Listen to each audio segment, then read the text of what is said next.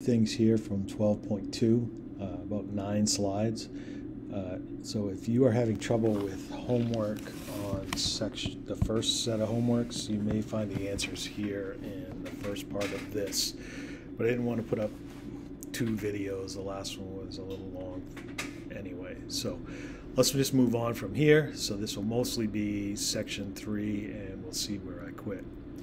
So cerebral hemispheres include the white matter, which is the second of the 3 basic regions of the cerebral hemispheres. These are responsible for communication between cerebral areas, between the cortex and the lower central nervous system. This is where we have myelinated fibers that are bundled into large structures we call tracts. They are classified according to the direction they run. So there are association, commissural, and projection fibers. Association fibers are horizontally running fibers, so they're connecting different parts of the same hemisphere. They're associating neurons in the same hemisphere. The commissural fibers are horizontal fibers that can connect gray matter from each hemisphere, so 2 different hemispheres. And projection fibers are vertical fibers that connect hemispheres with the lower brain or spinal cord. The internal capsule is a projection of fibers on each side of the brainstem formed from a compact band. It goes between the thalamus and some of the basal nuclei. The corona radiata are projection fibers that radiate through the cerebral white matter to the cortex. Here's an image of them. In your book, it's figure 12.9a. Here is B, and I recommend you go over those. Those basal nuclei are the 3rd of the basic regions of the cerebrum. Each hemisphere's basal nuclei includes a caudate nucleus, a putamen, and a globus pallidus. And if we put the caudate nucleus and the putamen together, we get a structure we refer to as the striatum. Closely associated with subthalamic nuclei in the diencephalon and the substantia nigra in the midbrain. We'll see that later on. That's involved in movements. It's damaged in Parkinson's disease. So here we see the location of the basal nuclei. The basal nuclei function to influence muscle movements. They play a role in cognition and emotion. They regulate the intensity of slow, stereotyped movements. They filter out incorrect or inappropriate responses. They help to inhibit antagonistic or unnecessary movements. And both Parkinson's disease and Huntington's disease are disorders of these basal nuclei, primarily these basal nuclei. They have different effects, but because they affect different basal nuclei, but they are still both there. All right, so moving on to the diencephalon. This is going to be 3 paired gray matter structures: the thalamus, the hypothalamus, and the epithalamus, all of which enclose the 3rd ventricle.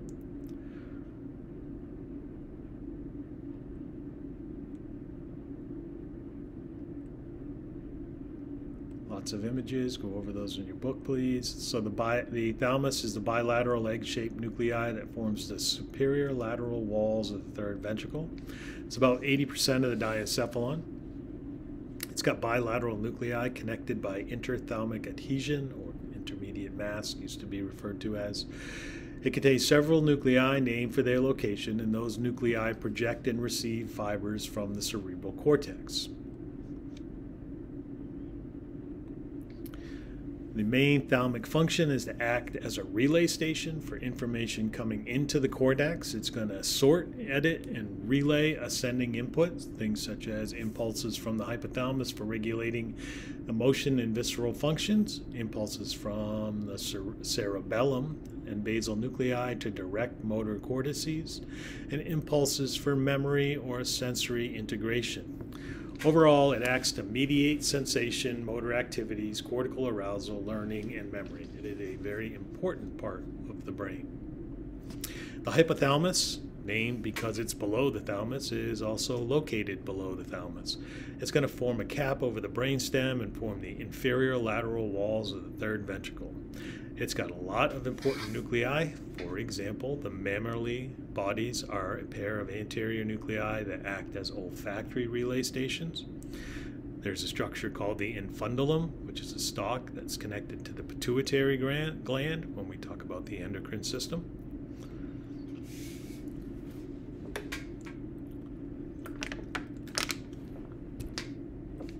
The hypothalamus is our main visceral controlling and regulating center. It is absolutely vital to homeostasis.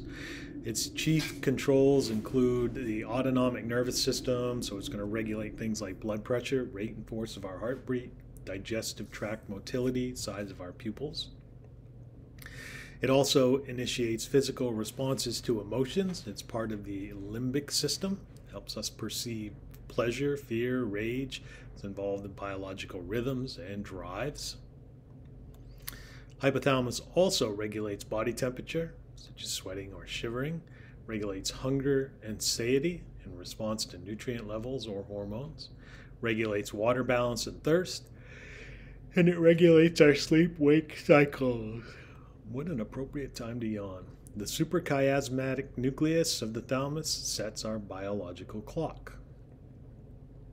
Also controls endocrine functions such as secretions from the anterior pituitary gland and the production of posterior pituitary hormones. That will make more sense to you when we cover the endocrine system. Hypothalamic disturbances cause a number of disorders such as severe body wasting, obesity, sleep disturbances, dehydration, emotional imbalances.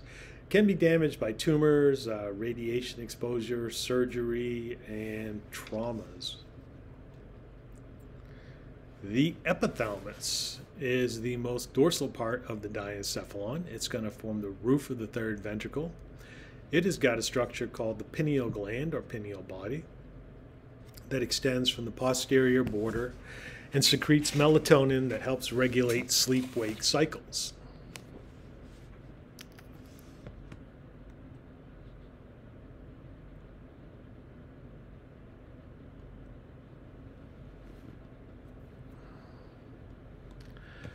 All right, let's continue with the brain stem. This consists of three regions: the midbrain, the pons, and the medulla oblongata. It's very similar in structure to the spinal cord, but it contains nuclei embedded with the white matter. It's going to control automatic behaviors that are necessary for survival.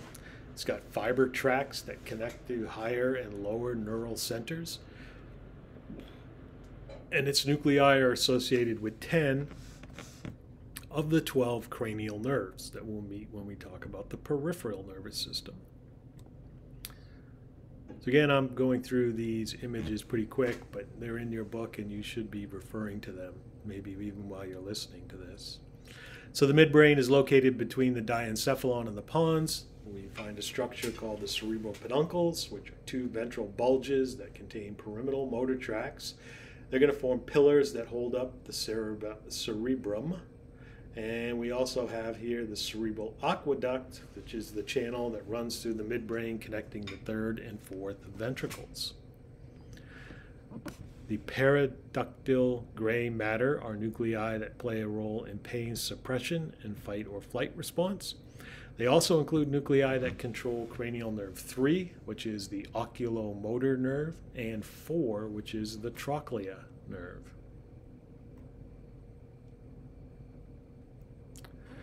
Midbrain has nuclei that are scattered throughout that white matter, which include the corpora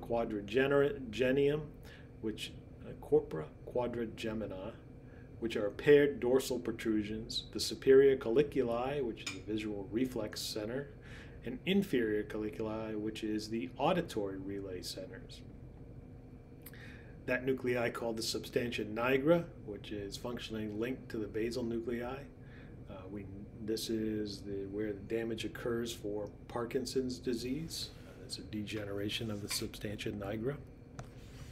A red nucleus is a relay for some descending limb flexion motor pathways. It's part of the reticular formation, which we'll get into here shortly.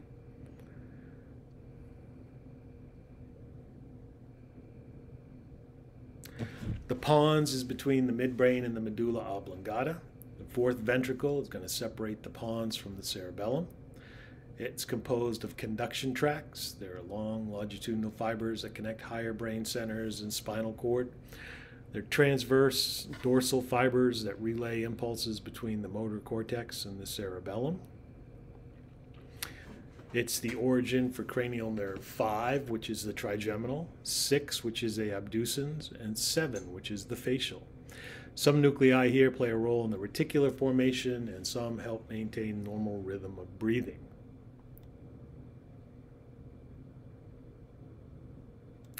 The medulla oblongata, also known as the medulla, is the last part of the brain. As the medulla oblongata exits the cranium, goes through the foramen magnum of the skull, it becomes the spinal cord. The medulla and pons form the ventral walls.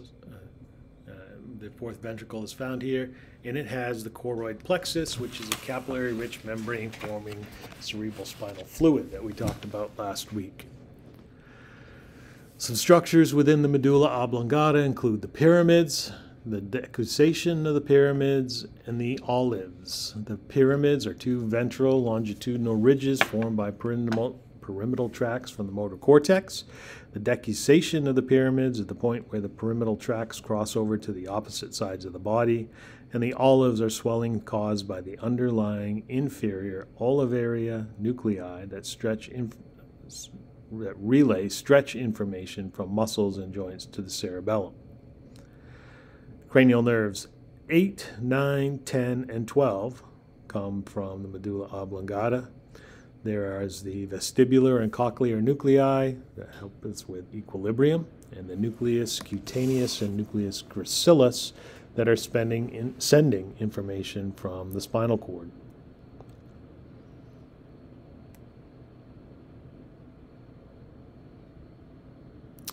So the medulla oblongata functions as an autonomic reflex center. Its functions overlap with the hypothalamus. The hypothalamus relays instructions through the medulla. There are functional groups within the medulla, including the cardiovascular center. The cardiac center adjusts the force and rate of heart contraction. Vasomotor center adjusts blood vessel diameter to control blood pressure. There are respiratory centers that generate respiratory rhythm and control the rate and depth of breathing within the pontine centers. And there are other centers that regulate things such as vomiting, hiccuping, swallowing, coughing, and sneezing. All right, last part of the brain, I thought the medulla was, but I forgot about our good friend the cerebellum, which makes up about 11% of the brain mass. It's located in the dorsal to the pons and medulla. It possesses input from the input from the cortex, brainstem, and sensory receptors, providing precise coordinated movements for skeletal muscle. Plays a major role in our ability to maintain balance. It takes the plans we want to do and turns them into actions. The cerebral hemisphere, this is a dangerous part between the cerebrum and the cerebellum. The cerebral hemispheres, the cerebellar hemispheres, the hemispheres of the cerebellum, connect with the structures called vermis that look kind of like worms. The foli are transversely oriented gyri. That each hemisphere has 3 lobes, an anterior, a posterior, and a flocculonodular. It contains a thin cortex of gray matter with distinctive tree-like pattern of white matter called arbor vitae. And arbor vitae in Latin literally means tree of life. There are Purkinje fibers that originate in the cortex and synapse with the cerebellum. The cerebellar homunculi, similar to what we saw with the precentral gyrus, shows a sensory map of the entire body.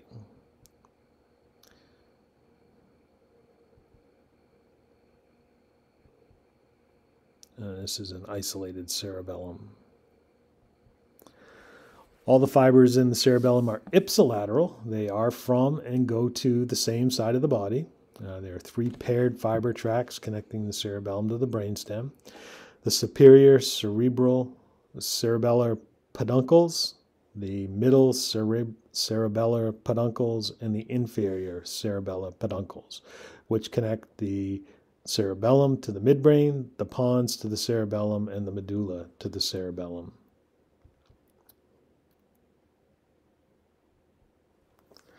Processing in the cerebellum is going to fine-tune motor activities. It's going to receive impulses from the cerebral cortex of the intent to initiate voluntary contraction. We'll also receive signals from the proprioreceptors throughout the body, as well as visual and equilibrium pathways that are going to continuously inform the cerebellum of the body's position and momentum. And then the cerebellum will, in the cortex, calculate the best way to smoothly coordinate what we want to do and send that blueprint to the cerebral motor cortex and brainstem nuclei.